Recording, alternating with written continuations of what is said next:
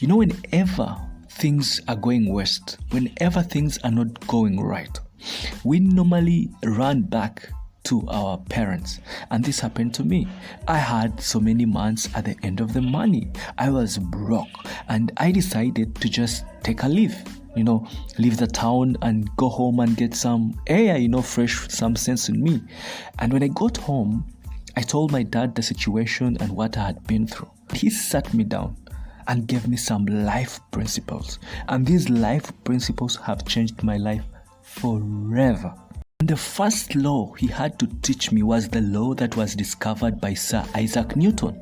The law of gravity. He said that the law of gravity applies to everyone. It transcends boundaries and time. I knew this principle just like any other person. We all know the law of gravity, but the way he explained it to me made a lot of sense. My father said, if a boy in the village where we were threw up a ball in the morning, he will get the same results as a man who threw a ball in the town in the evening. In both cases, the law of gravity and physics will cause the ball to fall back on earth. And this was the same thing he was trying to implant in me about the law of sowing and reaping. Just as the law of gravity, it works the same way. It works for everyone equally, and every act has a predictable consequence behind it. To explain this law further, he took me to the bathroom, and in the bathroom we have this big mirror. He asked me to smile out loud as I look at myself. When I smiled, I was looking at myself smiled, and he asked me to tell him what I saw. I'm smiling, I responded. He looked on to me and asked me why I was not crying. In essence, what he was trying to tell me is that we reap what we sow. You cannot plant happiness and reap anger. You cannot plant failure and reap success. When he noticed I had understood this, he decided we go to the living room and talk further. While in the living room, he shared with me 3 universal principles of the law of sowing and reaping. And that is what I'm going to share with you today. I'm 100% sure that it will transform you and make you a better you. The first principle is that whatever has to happen because of you. There is one person that is constant, and that is you. Regardless of circumstances that happen to us, you remain you. Circumstances will come and go, but you remain you. So the constant in the sowing and reaping is you. Consistency does not mean the change in your physical body. Consistency means the change in state of mind, the change in atoms. When you get a chair and place it on a table, the chair is able to stand. It is comfortable and stable there. Why? Because the atoms in the chair are stable, and that stability makes the chair stable. The same applies to you. It is not your body that makes you stable, but it is the thought, it is the mind, it is the atoms in your body, the energy in your body that makes you stable. Your body is just a thing through which matter flows in and out. It's being replaced. Same applies to a river. The stability of a river streams from the constant flow of water through it, which makes the river penetrate through a thing because of its consistency of the thing within the river. Biologists have proven that our bodies replace 98% of atoms every year. Yet these atoms are the substance of your living. They are replaced. For example, water molecules spend only 2 weeks in your body, depending on the temperature and the environment you are in. This literally means that the constant here is you.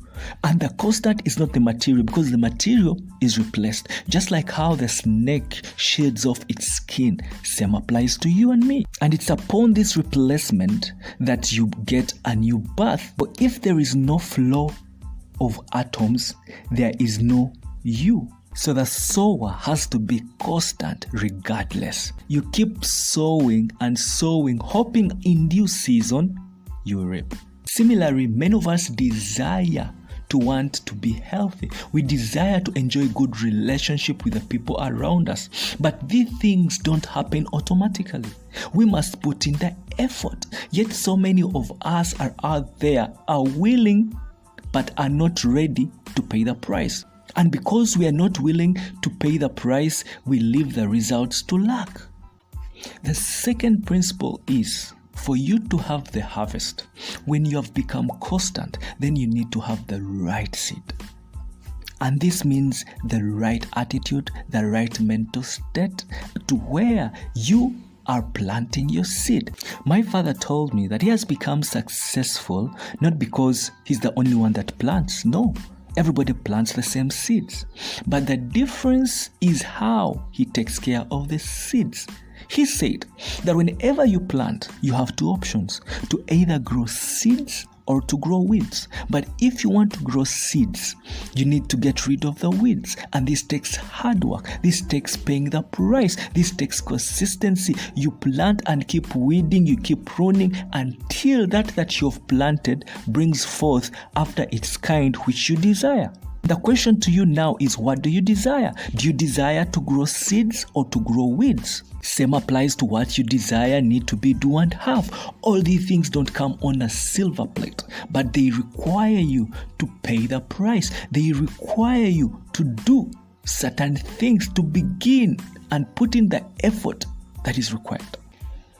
You know, all these good relationships and health that we desire, they are all reflecting who we are. So for you to generate those relationships, for you to have healthy, you need to go back within, because it is out of you that you reflect who you are. So the work is within, not without. Once you have taken care of that field where you're going to plant your seed, you rest be assured that that seed will come after its kind. If you plant maize, don't think you'll harvest sorghum, you'll harvest beans. If you're angry, expect the people to come your way to be angry.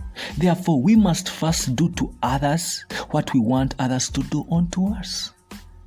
And the third principle is that your harvest will always be greater than what you planted. So my father explained this to me very clearly and simple. He said that when he plants 3 bags of G-nuts, he harvests 15 bags of G-nuts.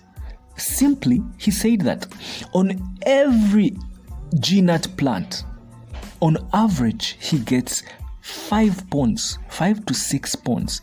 And in each pond, there are 3 to 4 seeds. Just do the math. And this shows that when you plant, you harvest in multiples and doubles. This is the natural way of rewarding us for our efforts that we have put into what we do. Just imagine if my father would get back the same amount of things he has planted. The return on effort would be out of proportion to the worth of value that he planted.